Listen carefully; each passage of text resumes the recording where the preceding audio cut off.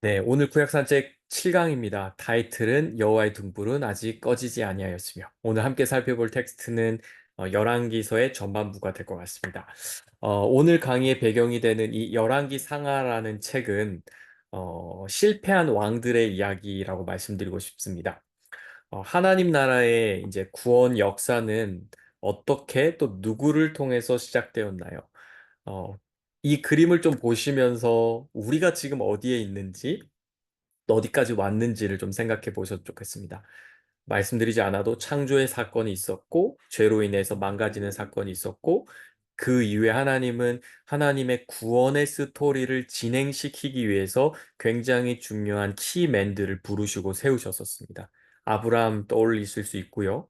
또 출애굽의 이제 영웅이었던 모세 같은 사람, 그리고 모세의 바톤을 이어받아서 정복 전쟁을 이끌었던 여호수아, 그리고 여호수아가 고별 설교를 통해서 여호와 하나님만을 꼭 섬겨야 합니다라고 떠났고, 저희는 사사 시대의 그 기나긴 영적 어둠을 살펴보았습니다. 이번 주에 이제 살펴볼 말씀이 주일날 살펴볼 말씀이 삼손 이야기거든요. 삼손 이야기 이제 살펴보면 이제 나시린으로서 부름받았지만 자신의 소명을 망각하고 있는 그 사사. 그러나 그럼에도 불구하고 하나님은 그 부족한 사사를 통해서도 블레셋으로부터 하나님의 백성을 계속 구원해 나가시는.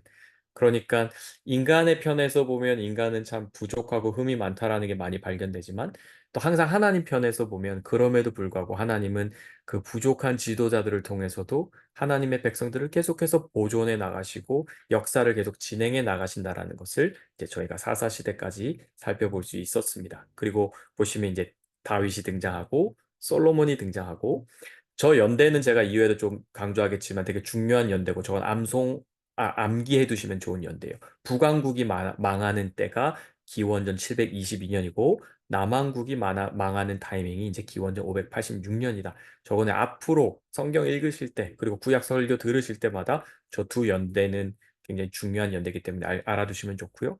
그 이후에 이제 성경 역사가 쭉쭉쭉 흘러가서 이제 저희가 신약 성경에 가보면 이제 그리스도가 오시는 사건을 볼 수 있습니다. 아브라함에게 주신 약속이 이제 중요하다라고 저는 구약산책에서 여러 번 강조해 드렸죠. 창세기 12장에 등장하는 아브라함은 바벨탑을 쌓아서 자기의 이름을 높이려고 했던 사람들을 이렇게 카운터 컬처하는 사람이죠. 내 힘으로 이름을 내고 싶었던 사람들 사이에서 하나님은 철저히 무명인 사람, 아버지와 형이 없기 때문에 자신의 힘으로는 이름을 낼 수 없는 아브라함이라는 사람을 심지어 우상 숭배하고 있던 한 사람을 선택하셔서 약속을 맺으시고 그 사람으로 하여금 너의 이름을 창대케 해주겠다라는 놀라운 비전을 그에게 보여주셨습니다. 그리고 땅과 민족, 그리고 축복의 통로가 되겠다라고 약속하셨습니다. 이것이 무엇을 보여주었죠? 하나님께서 장차 아브라함의 후손들을 통해서 하나님 나라, 하나님의 왕국을 꿈꾸고 계시다라는 것을 저희는 볼 수 있었습니다. 지난주에 저희들이 이제 사무엘 상하 보면서 사사기에서 이제 많은 사람들이 이제 이런 고백을 했잖아요. 우리가 왕이 없어서 이렇게 살고 있습니다. 왕이 없습니다. 왕이 없습니다. 그리고 이제 사무엘서에 들어갔을 때 하나님께서 그들의 요구에 응답하시는 장면을 보았죠. 사무엘이 킹메이커로 등장해서 사울을 세우고 다윗을 세우는 장면. 그래서 사사 시대에서 자연스럽게 왕정 시대로 변화되는 것을 사무엘 상하에서 살펴보았거든요. 그런데 사실 성경은 아주 조금씩 희미하게 장차 왕이 등장할 것을 이미 우리에게 말씀하고 있었습니다. 대표적인 말씀이 이제 창세기 49장의 9절 10절에 나오는 야곱의 그 예언적 기도입니다. 자신의 아들들에게 한 명 한 명에게 이제 기도를 해주는데 유다라는 아들에게 해줬던 기도문을 한번 생각해 보세요. 유다는 사자 새끼로다. 내 아들아, 너는 움킨 것을 찢고 올라갔도다. 그가 엎드리고 웅크림이 수사자 같고 암사자 같으니 누가 그를 범할 수 있으랴. 규가 유다를 떠나지 아니하며 통치자의 지팡이가 그 발 사이에서 떠나지 아니하기를 실로가 오시기까지 이르리니 그에게 모든 백성이 복종하리로다. 유다에게 준 이 기도가 왜 의미가 있고 독특하냐면 왕에 관련된 이미지가 이 유다에게 준 기도에 이제 많이 들어가 있기 때문이에요. 첫 번째로 저희가 생각해 볼 수 있는 이미지는 사자입니다. 이것은 유다가 다른 지파들을 넘어서 리더가 될 것을 보여줘요. 첫째 아들이 아니라 네 번째 아들인 유다가 사자의 이미지로 등장하고 있습니다. 공동 번역 성경에 보면 이제 10절에 나와 있는 저 규라는 단어를 지팡이라고 번역하고 있는데요. 이 단어 역시 왕자에 앉은 왕이나 통치자가 다스리는 권리를 상징하는 이미지예요. 규. 그러니까 야곱은 온 백성을 통치하는 권위의 지팡이가 유다를 떠나지 않을 것이라고 지금 예언하고 있어요. 좀 확대 해석을 해보면 장차 먼 미래에 유다 가문에 누군가 한 왕이 태어날 것이고 그 왕에게 모든 백성들이 복종하는 날이 올 거라는 거죠. 그리고 실제 이스라엘 역사 속에 이제 실로가 오실 때까지 이스라엘의 왕권이 유다 지파를 떠나지 않을 것이라는 예언적 기도를 이제 유다에게 하고 있는 거죠. 그리고 실로라는 이 단어는 장차 유다 지파에서 태어날 한 사람, person을 가리키는 것이고 그 실로가 이제 온 세상에 이제 평화를 가져다 줄 것입니다.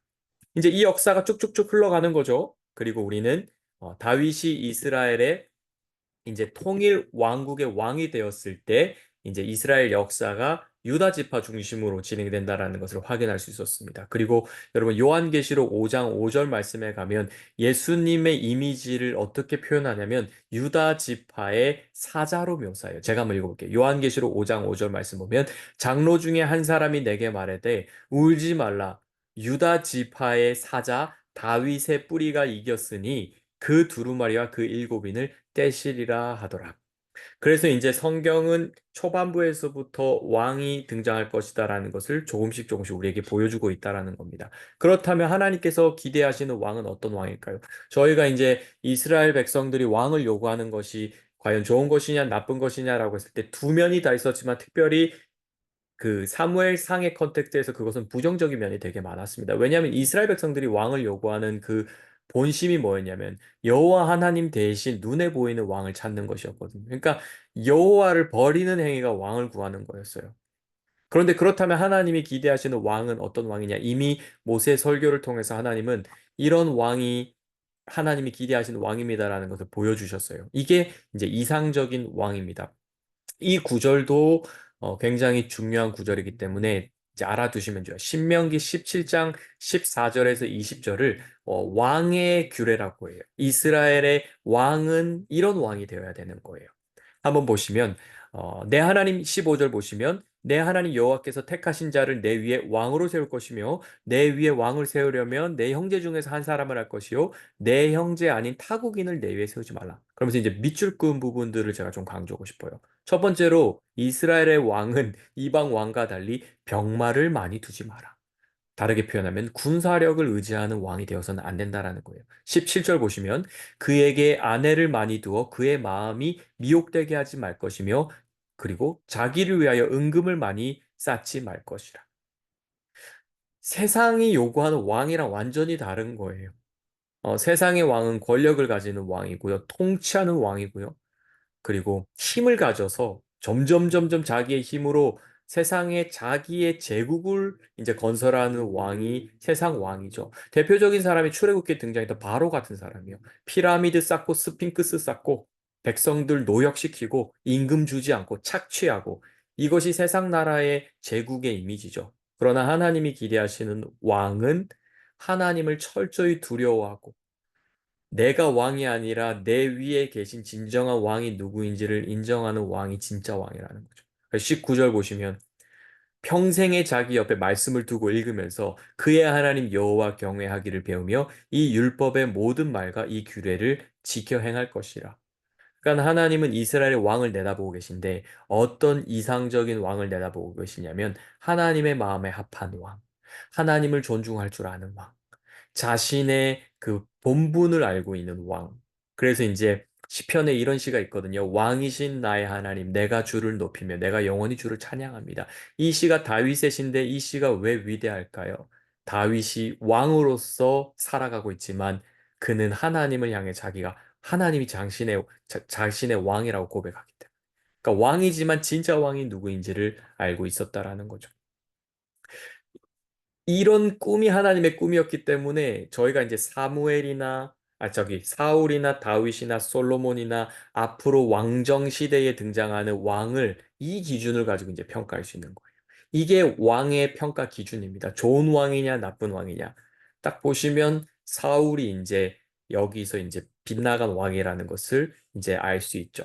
전 사울을 이렇게 오늘은 표현할게요. 사울 누구냐? 하나님께 버림받은 왕이다. 사무엘상 15장 23절 말씀을 보면 사울 왕을 이렇게 묘사합니다. 이는 거역하는 것은 점치는 죄와 같고 완고한 것은 사신 우상에게 절하는 죄와 같음이라. 그래서 사무엘이 사울 왕을 이렇게 말해요. 왕이 여호와의 말씀을 버렸으므로 여호와께서도 왕을 버려 왕이 되지 못하게 하셨나이다.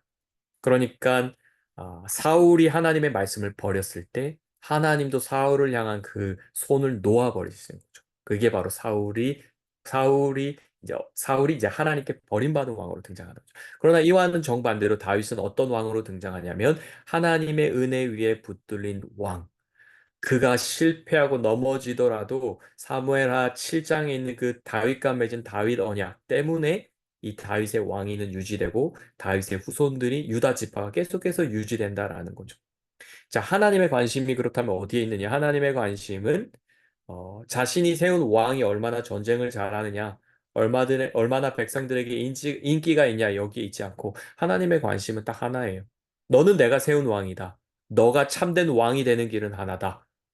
어떻게? 내가 너의 왕이고 이스라엘의 왕이라는 것을 기억해라. 그러니까 여기서 딱 빗나가는 왕이 이제 사울이죠. 너는 나를 두려워하지 않는구나. 그리고 이제 하나님 나라의 역사의 관심의 초점이 다윗에게 쫙 렌즈가 맞춰졌습니다. 그리고 다윗이 승승장구하는 모습으로 많이 그려지죠.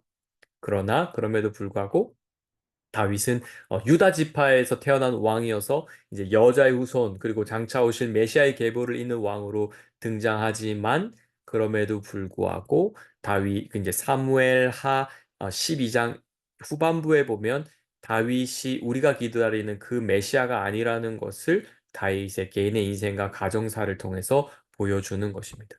그러니까 여기 보시면 제가 창세기 3장 15절 여자의 후손이 뱀의 머리를 박살낼 것이다. 이제 이 역사가 쫙 흘러가는데 여자의 후손이 누구냐? 이제 다윗이 딱 등장했지만 다윗도 그 후손은 아니라는 것이 그의 삶을 통해서 이제 그려지는 것이죠. 그러니까 이제 다윗 이후에 등장하는 유다 지파의 왕들은 저희가 이런 관심으로 들여다볼 수 있는 거예요. 그 메시아인가? 하나님께서 보내주시겠다고 하신 다윗의 후손으로 보내주시겠다고 했던 바로 그 왕인가? 메시아 후보로서 우리가 이제 생각해 볼 수 있는 거죠. 그런 상황 속에서 이제 솔로몬이라는 왕이 등장하는 겁니다. 솔로몬이 누구죠? 여러분들 솔로몬 하면 어떤 사건이 기억나세요? 솔로몬, 구약 성경에서 솔로몬 하면 어떤 캐릭터죠?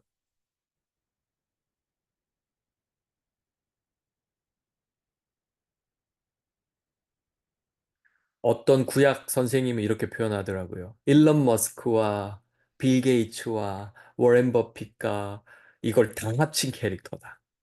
아마존 사장님 이름 뭐죠? 아마존 사장님. F 베이조스. 누구? F 베이조스. 아, 네. 예. 그러니까 교수님이 그 구약 선생님이 강의하시면서 그러더라고요. 솔로몬은 그런 캐릭터. 그거 다 가지고 혼자서 그걸 다 가지고 있는 사람. 똑똑하면서 사업 잘하고 심지어 여자친구도 많아요.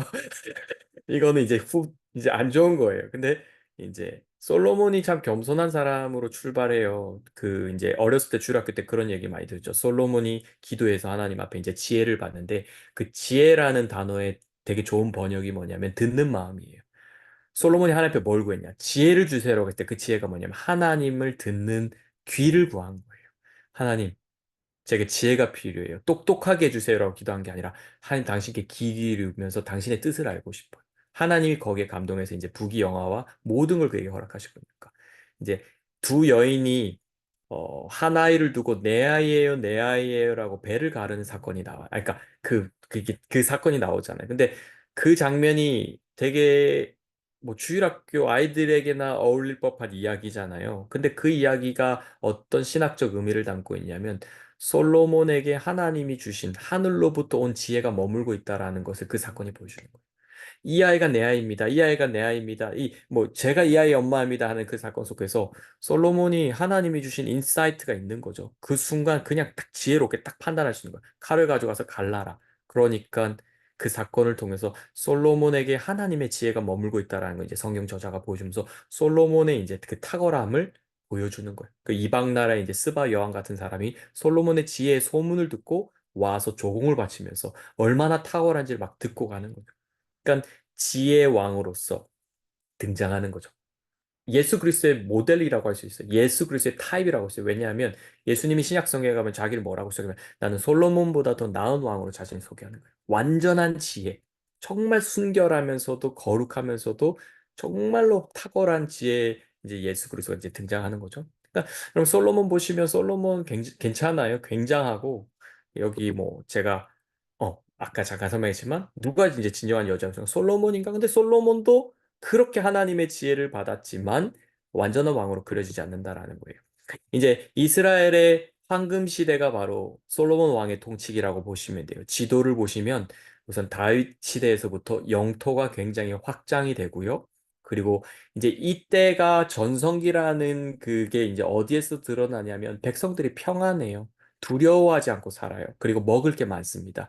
먹고 사는 문제가 해결되고 이방 나라로부터 공격당하지 않고 영토가 확장되고 주변의 이방 나라 사람들이 오히려 이스라엘에 조공을 바치고 오는 정말 하나님이 예비하신 하나님의 나라가 이렇게 드러나는 거죠. 그래서 이제 이스라엘의 황금 시대가 이제 솔로몬 시대다라고 저희는 이해할 수 있습니다. 말씀 보시면 솔로몬이 그 강에서부터 블레셋 사람의 땅에 이르기까지와 애굽 지경에 미치기까지의 모든 나라를 다스림으로 솔로몬이 사는 동안에 그 나라들이 조공을 바쳐서 섬겼다.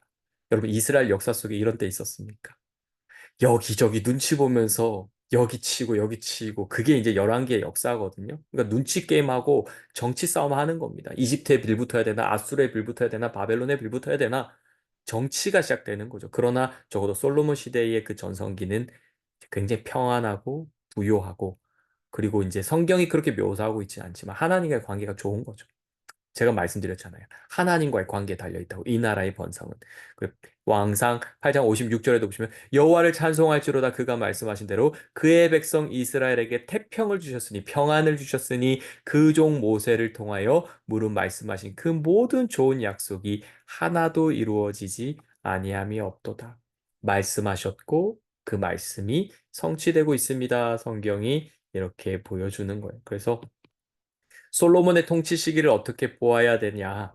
하나님의 백성들이 하나님의 통치 아래서 하나님의 축복을 누리는 시기다. 하나님의 백성들이 하나님의 통치 아래서 하나님의 축복을 누리는 시기다. 하나님께서 약속하신 대로 이스라엘 백성들의 숫자가 정말 많이 번성했고 솔로몬의 영토가 정말 많이 확장되고 있고 그리고 하나님이 말씀하신 대로 이상적으로 하나님의 나라가 솔로몬 왕 아래서 지혜의 왕 안에서 이제 지배를 받고 있는 진짜 이상적인 국가로 그려지는 겁니다.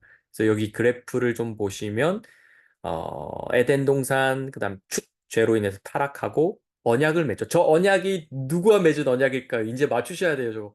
저 누구랑 맺은 언약일까요? 창세기 22장에 한 분 대답해 주세요. 아브라함. 그렇죠. 자, 아브람과 맺은 언약이 쭉쭉쭉 이뤄지고 이스라엘 역사가 흘러가요. 그러다가 두 번째 언약, 진짜 중요한 두 번째 언약이 등장하죠. 저 언약은 누구와 맺은 언약일까요? 다윗과 맺은 언약. 그렇죠. 그 두 언약이 하나님의 구원의 역사를 이끌어간 두 기둥이 되는 거죠. 자, 그래서 지금 통일 왕국이라 그래요. 다윗, 솔로몬 40년, 40년, 40년의 이 120년의 통치 기간을 이제 통일 왕국 기간이고요. 이스라엘이라는 국가가 굉장히 잘 나아가고 있어요. 근데 다음 그래프를 보시면 이제 이런 평화가 깨어지는 지점이 이제 등장해요. 그게 이제 열왕기상 12장부터 열왕기하 마지막까지의 이야기가 쇠퇴기예요. 그러니까 나라가 점점점 가라앉는 이야기가 전체입니다.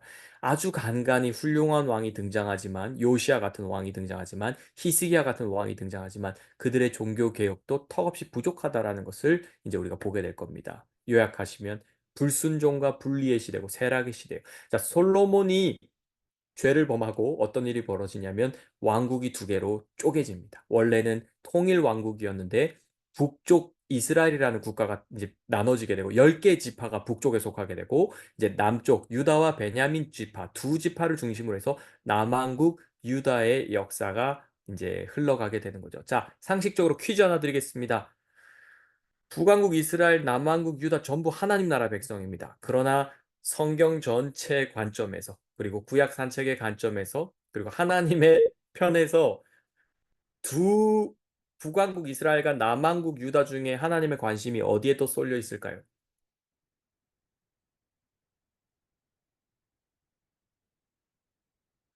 여러분들 아시죠? 둘 다 하나님의 나라 백성이지만 구원 역사의 관점에서 어디가 더 당연히 관심을 받아야 될까요? 힌트는 왕이 태어나는 장차 메시아가 오는 지파입니다. 그쪽 나라예요. 어느 나라죠? 북입니까? 남쪽입니까? 남왕국. 그렇죠. 남왕국이죠. 예루살렘 중심이고 남왕국 유다 중심이에요. 두 쪽 다 하나님 나라 역사지만 이제 성경의 포커스는 좀 더 남쪽에 이제 향하게 되는 거예요. 여러분, 솔로몬 좀 묵상해 보세요. 제가 솔로몬을 묵상하면서 배운 게 이제 또 있는데, 아까 보시면 이제 이게 하나님이 기대하시는 왕이잖아요. 근데 이제 솔로몬이 실패하는 장면 보면 정확하게 요거를 다 어깁니다. 병마를 많이 두지 말라 그래요. 그런데 솔로몬이 이집트산 군마를 많이 뒀다라고 성경이 말해요. 두 번째, 여자를 많이 두지 말라 그래요. 그런데 솔로몬이 여자 수입을 많이 해요. 딱 어기죠? 그 다음에 은금을 많이 쌓지 말라 그랬어요. 근데 솔로몬 시대를 뭐라고 묘사해요? 그 솔로몬이 다스릴 때는 이스라엘의 도로가 은이었더라, 금이었더라. 하나님이 금하신 율법을 딱딱딱 다 어긴 거예요. 그리고 나서 하나님 딱 말씀하시는 거야. 니네 아빠 얼굴 봐서 내가 너까진 보존해 주지만 너의 후대에 나라가 쪼개질 거다. 근데 여러분, 솔로몬 이야기를 좀 더 해보고 싶은 건요. 이거는 이제 제가 솔로몬 개인적으로 성경 읽을 때 되게 놀랬던 장면일 거예요. 솔로몬이 성전을 지은 사람이잖아요. 그러니까 한마디로 하나님의 템플, 하나님의 집을 지어준 사람이거든요. 그런데 솔로몬이 여자를 많이 들인 다음에 뭐 해주냐면요. 자기 여자친구들을 위해서 여자친구들의 신들의 제단을 만들어 줍니다. 보이세요? 똑같은 한 사람이 전혀 다르게 쓰임받는 모습이에요. 하나님의 지혜를 받아서 하나님의 집을 건축했던 사람이 여인을 많이 두고 영적으로 눈이 흐리멍텅해졌을 때 이제 솔로몬이 정말 많은 신들, 우상들의 제단을 만들어 주거든요. 저 이게 왜 충격적이냐면 이게 그렇게 하나님의 일에 크게 쓰임 받았던 사람도 하나님의 말씀을 하나둘 깨뜨리기 시작할 때 이렇게 망가질 수 있구나. 그러니까 모르겠어요. 저는 구약 주석을 읽으면서 솔로몬을 이렇게 평가한 주석을 읽어보지 못한 것 같아요. 근데 개인적으로 제가 웨스트민스터 다니면서 이제 솔로몬과 관련해서 페이퍼를 하나 썼을 때 저는 그 장면을 그걸 제가 좀 페이퍼에 썼었거든요. 아니, 그 손으로, 그 거룩한 손으로 하나님을 집을 지었던 사람이 이제는 그 똑같은 손으로 하나님의 집을 지어줬던 사람이 이방 신들의 제단을 쌓는 그 모습. 그게 솔로몬의 인생의 엄청난 그 실패를 보여주는 거죠. 그리고 나서 이제 왕국이 두 개로 이제 쪼개지는 거죠. 자, 북왕국 이스라엘과 남왕국 유다에는 여러 왕들이 이제 배출돼요. 제가 그 왕들을 이제 하나하나 언급하진 않겠습니다. 그러나 대부분의 왕, 거의 대부분의 왕은 하나님의 기준치에 이제 이렇게 기준치에 미치지 못한다라는. 그리고 북왕국 같은 경우에는 그 시작부터 문제가 드러나기 시작한다. 북왕국은 여로보암이라는 솔로몬의 신복이었던 사람으로부터 시작이 되고 이제 남왕국은 솔로몬의 아들인 르호보암이라는 왕으로부터 이제 왕국의 역사가 시작되는데 여러분 보시면 이제 북왕국의 여로보암이 나라를 세운 다음에 뭐 하는지 한번 보세요. 성전을 따로 짓습니다. 예루살렘에만 있어야 하는 성전을 이제 말고 북쪽에 이제 짓는 거예요. 한번 읽어보겠습니다. 여로보암이 에브라임 산지에 세겜을 건축하고 거기서 살며 또 거기서 나가서 분우엘을 건축하고 그의 마음에 스스로 이르기를 나라가 이제 다윗의 집으로 돌아가리로다. 남쪽으로 사람들이 내려가서 자신의 권위나 그 통치력이 이제 흔들리는 걸 우려했던 거죠. 만일 이 백성이 예루살렘에 있는 여호와의 성전에 제사를 드리고자 하여 올라가면 이 백성의 마음이 유다 왕 된 그들의 주 르호보암에게로 돌아가서 나를 죽이고 유다의 왕 르호보암에게로 돌아가리라 하고 철저히 정치적인 이유로 어떤 걸 계획하냐면 두 금송아지를 만들고 무리에게 말하기를 너희가 다시는 예루살렘에 올라갈 것이 없도다. 이스라엘아 이는 너희를 애굽 땅에서 인도하여 올린 너희의 신들이라고 하나는 베델에 그리고 하나는 단에 둔지라 이 일이 죄가 되었으니 이는 백성들이 단까지 가서 그 하나에게 경배함이더라. 그러니까 여러분 뼈아픈 역사가 반복된다. 금송아지를 지었던 자신들의 조상의 실패를 통해서 학습하지 못하고 똑같이 베델과 단이라는 지역에 금송아지를 세워서 하나님이 기뻐하지 않는 또 다른 예배 처소를 만들어서 우상을 숭배하도록 하는 겁니다. 그리고 이때 익명의 한 선지자가 등장해서 바로 이 장면을 지적하면서 당신의 왕국이 급격히 몰락할 것이라는 이제 예언을 하기 시작하죠.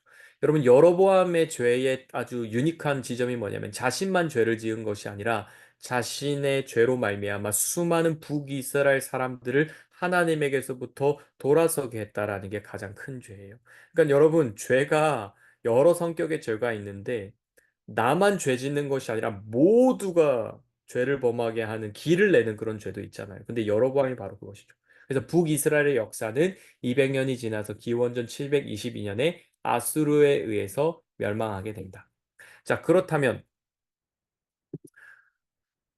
북이스라엘이 망하는 모습을 보면서 남유다는 무엇을 배웠을까? 안타깝게도 동족이 이제 아수르에 의해서 망하는 모습을 보면서도 이제 유다는 아무것도 배우지 못한다.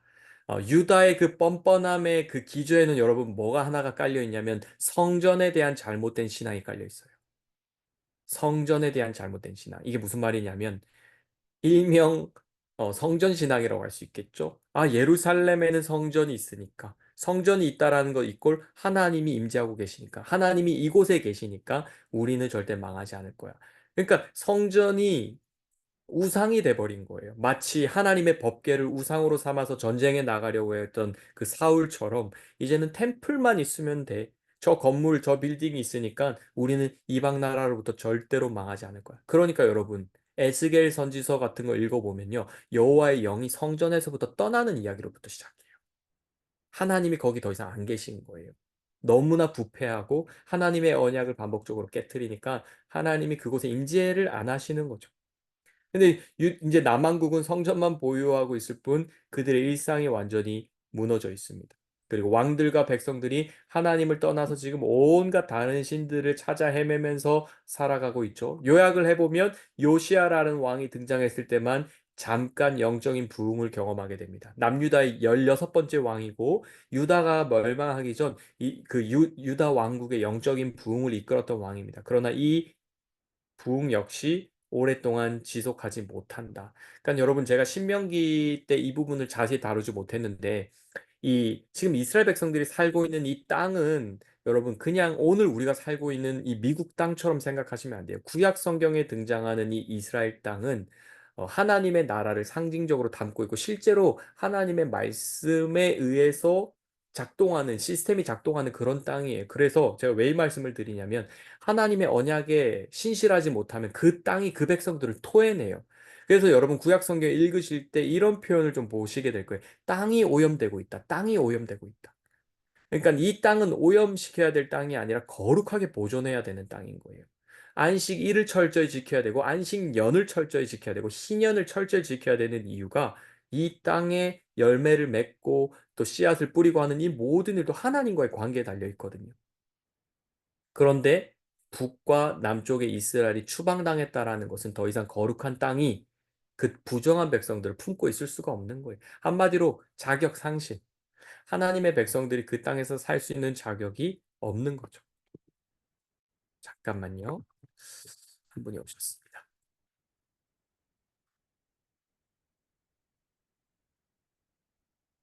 시간이 벌써 많이 갔네요.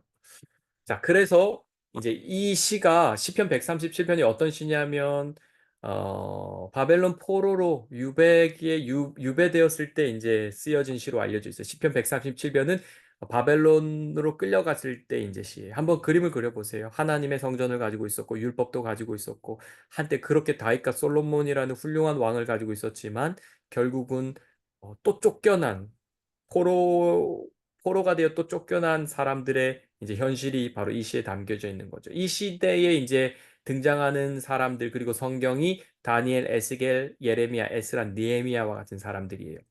우리가 바벨론의 여러 강변 거기에 앉아서 시온을 기억하며 울었습니다. 그 중에 버드나무에 우리가 우리의 수금을 걸었나니 이는 우리를 사로잡은 자가 거기서 우리에게 노래를 청하며 우리를 황폐하게 한 자가 기쁨을 청하고 자기들을 위하여 시온의 노래 중 하나를 노래하라 함이로다. 4절이 되게 슬픈 노래예요. 우리가 이방 땅에서 어찌 여호와의 노래를 부를까? 예루살렘아 내가 너를 잊을진대 내 오른손이 그의 제주를 잃을지로다. 내가 예루살렘을 기억하지 아니하거나 내가 가장 즐거워하는 것보다 더 즐거워하지 아니할진대 내 혀가 내 입천장에 붙을지로다. 그러니까 시온을 기억하면서 하나님께서 베풀어 주셨던 그 영광스러운 시대를 회상하고 있는 거죠. 그러니까 하나님 나라의 백성들이 추방당한 이야기. 그러나 하나님의 언약이 여전히 건재해 있기 때문에 그렇게 역사가 끝나지 않는다라는 거죠. 이 시대에 이제 쓰임 받았던 사람들이 이런 사람들이에요. 저희가 이 구약 산책에서는 선지서를 많이 다루지 못합니다. 그런데 선지서는 이제 어떻게 이해하시면 되냐면 어, 그 열왕기 상하 그 통일 왕국과 분열 왕국 시대에 각 시대마다 북쪽과 남쪽에 하나님이 스피커를 보내시는 거예요. 그 시대를 깨우고 계속해서 그 시대를 보존하기 위해서. 그래서 이제 8세기에서부터 멸망하기까지 저기 등장하는 저런 선지자들이 이제 하나님의 말씀을 직접 받아서 전달하는 설교자이지만 동시에 이제 하나님의 헤럴드로서 하나님의 살아있는 음성을 선포한 사람들이죠. 그리고 선지자가 등장하면 여러분들 항상 어떤 띠이 동시에 등장하냐면 참 선지자냐 거짓 선지자냐. 모두가 옳은 선지자가 아닙니다. 거짓말하는 선지자들이 등장하는 거예요. 그래서 이제 평안을 빌어주는 사람. 가짜예요, 가짜. 한마디로 이 약을 먹으면 살 수 있습니다는 가짜, 거짓 약을 파는 거짓 선지자들이 등장하죠. 그리고 이제 성경을 기록하진 않았지만 북쪽에 가장 어두운 시대에 이제 쓰임 받았던 엘리야, 엘리사 같은 선지자도 있고 왕궁을 드나들었던 이제 이사야 같은 선지자도 있고 이렇게 다양한 선지자들이 등장합니다. 자, 이스라엘 역사는 이렇게 슬픈 결말로 끝이 나는 거냐? 과연 끝이 나냐? 아마 정답을 여러분 이미 다 알고 계실 거예요. 하나님 나라의 역사는 사람의 실패로 절대 끝나지 않습니다. 여전히 다윗 왕자에게 약속된 왕위는 여전히 유지되고 있고 하나님의 등불은 아직 소멸되지 않았다라는 거예요. 한번 열왕기하 마지막 장면을 한번 보세요. 이게 어떤 장면이냐면 유다의 왕 여호야긴이 이제 끌려가 있는 거예요. 바벨론에. 근데 어떤 일이 벌어진지 한번 보세요. 유다의 왕 여호야긴이 사로잡혀 간지 37년에 시간이 제법 흘렸어요. 바벨론의 왕 에윌 무로닥이 즉위한 원년 12월 그달 27일에 성경이 이유는 말하지 않아요. 근데 어떤 일이 벌어냐면 유다의 왕 여호야긴을 옥에서 내놓아 그 머리를 높여주고 명예를 회복시켜주고 그에게 좋게 말하고 그의 지위를 바벨론의 그와 함께 있는 모든 왕의 지위보다 높이고 그 죄수의 의복을 벗게 하고 그의 일평생에 항상 왕의 앞에서 양식을 먹게 하였고 그가 쓸 것은 날마다 왕에게서 받는 양이 있어서 종신토록 끊이지 아니하였더라. 여호야긴이라는 유다의 왕이 수치를 씻는 장면입니다. 바벨론 왕이 유다의 왕의 지위를 회복시켜 줬다라는 걸로 열왕기하가 끝나는 거예요. 심지어 다른 모든 왕들보다 그를 더 높이 세워주고 있습니다. 그리고 여호야긴은 죄수의 신분이었는데 죄수의 옷을 벗고 왕이 제공하는 음식을 먹으며 왕의 식탁에 지금 초대받고 있습니다. 여러분 흥미롭게도요. 여호야긴이라는 이 사람의 이 왕의 이름의 뜻이 뭐냐면 여호와께서 완성하신다는 뜻이에요. 유다 지파에게 다윗에게 약속된 그 언약이 끝나지 않았는데 이 유다 역사의 마지막 장면에 등장하는 이 왕의 이름이 메시지가 되죠. 여호와께서 완성하신다. 아직 끝나지 않았다라는 거예요. 그러니까 구약 성경은 의도적으로 다윗의 왕국이 끝나지 않았음을 보여주면서 가고 있는 거예요. 다윗이 스스로 세우려고 했던 자신의 왕국은 완전히 무너졌습니다. 솔로몬의 왕국도 무너졌습니다. 그러나 하나님께서 다윗을 통해서 세우시겠다고 하신 그 유다 지파의 왕위가 여전히 유지되고 있다라는 겁니다. 아브라함의 후손을 통해서 온 세상을 축복하시겠다라는 하나님의 약속이 실패하지 않고 있다라는 거예요. 여호와의 등불은 꺼지지 않았다라는 겁니다. 당시 이제 선지자들의 이제 예언을 좀 생각해 보면 이 새 줄기에서 한 싹이 나며 그 뿌리에서 한 가지가 나서 결실할 것이요. 그리고 이사야 11장 10절 말씀 보시면 그날에 이새의 뿌리에서 한 싹이 나서 그날에라는 이 문구가 약간 이제 장차 다가올 먼 미래를 내다보는 이디엄이에요. 그날에 선지서 보면 이 표현 되게 많이 on that day 굉장히 많이 나오는 표현이죠. 그날에 이새 뿌리에서 한 싹이 나서 만민의 기초로 설 것이요 열방이 그에게로 돌아오리니 그가 거한 곳이 영화로우리다. 두 가지 나눔 질문이 있습니다. 첫 번째는 북이스라엘과 남한국 유다의 멸망은 하나님의 무능함을 보여주는 것이 아니라 언약 공동체의 죄악에 대한 심판입니다. 이방 나라를 들어 자기 백성을 심판하시는 하나님의 모습 속에서 어떤 성품을 발견할 수 있습니까? 오해하는 경우가 있어요. 많은 사람들이. 하나님이 바벨론이나 아수를 통해서 하나님의 백성들을 이렇게 매질할 때 오해해요. 하나님이 굉장히 나쁜 분으로. 그리고 하나님이 뭔가 힘이 없는 것처럼. 그 시대 이스라엘 사람들도 그렇게 하나님 오해했을 거예요. 하나님 왜 우리를 이렇게 이방 나라의 포로로 끌려가게 하시지? 그러니까 인간의 악함이고 인간의 연약함이죠. 하나님이 연약해서 실패한 게 아닙니다. 그들이 너무나 너무나 영적으로 음란했기 때문에 하나님은 경고하신 대로 그들을 심판하신 거죠. 이방 나라를 들어 자기 백성을 심판할 하나님 모습 속에 하나님의 사랑과 공의가 동시에 여전히 담겨 있는 거예요. 이게 늘 같이 갑니다. 사랑만 있는 것도 아니고 공의만 있는 것도 아니고 하나님은 이 사랑과 공의의 성품으로 이스라엘 백성들을 통치하고 계신 거죠. 그리고 두 번째는 이스라엘 역사 속에 하나님 나라를 완벽하게 회복시킬 왕이 여전히 등장하지 않고 있는 거죠. 그리고 우리는 신약 성경에서 다윗과 솔로몬과 비교되는 더 위대하신 예수 그리스도라는 유다 지파에서 다윗의 후손으로 오신 그리스도라는 진정한 왕을 만나게 되는 겁니다. 구약의 왕들과 예수 그리스도의 통치의 차이점은 무엇일까? 한번 생각해 보셨습니까?